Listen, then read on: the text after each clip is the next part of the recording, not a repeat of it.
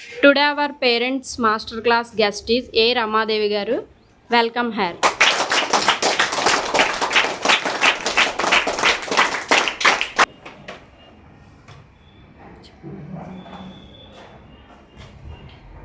స్కూల్లో ఎలా చదువుకుంటున్నారు? బాగా చదువుకుంటున్నారా? ఆన్సర్ చేయండి. నచ్చిందా? స్కూల్ సార్ బాగా మంచివారు కదా? బాగా చెప్తున్నారు కదా? మరి ఇంటికాడ పేరెంట్స్ని చాలా ఇబ్బంది పెడుతున్నారు మీరు. ప్రతి ఒక్క పేరెంట్స్ని కూడా ఇంటికాడ మీ మమ్మీ వాళ్ళని చాలా టార్చర్ చేస్తున్నారు. మీకు పుట్టిన కాడి నుంచి ఇంత పిల్లల కాడి నుంచి ఏం వేసుకోవాలి, ఏంటి, ఎలాగా మసలాలి, చదువులు ఎలా చెప్పాలనేసి మీ తల్లిదండ్రులు చాలా కష్టపడి మీకు పైకి వచ్చేందుకు వాళ్ళు ఫీజులు పెట్టి చాలా ఇచ్చేస్తున్నారు. ఇంటికి వెళ్ళాక సెల్ ఫోన్ తీస్తున్నారు. మీరు ఇప్పుడు నుంచి సెలవులు తీసి సెలవుల్లో గేమ్లు ఆడి అవి ఇవి ఆడితే వాళ్ళ ఆలోచనలు ఇంటికాడ చాలా దెబ్బతింటున్నారు తల్లిదండ్రులు. అంటే వాళ్ళు ఎందుకు అలాగ అయిపోతున్నారు, అనారోగ్యాలకు కూడా పాలైపోతున్నారు. ఎందుకంటే మీ వల్ల మీరు ఏదైనా స్కూల్లోనూ ఇప్పుడు మంగరాజు గారి స్కూల్ అంటే ఒక లెవెల్లోకి వచ్చేలా ఉండాలి.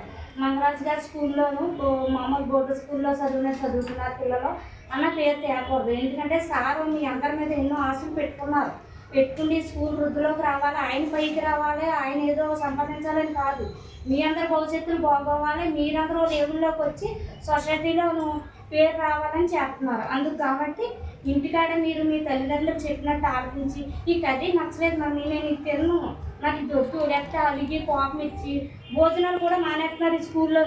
టీచర్స్ ఏంటంటే టీచర్స్ మీద కూడా మీరు రిపోర్ట్లు ఎత్తున్నారు బయట, అవునా కదా?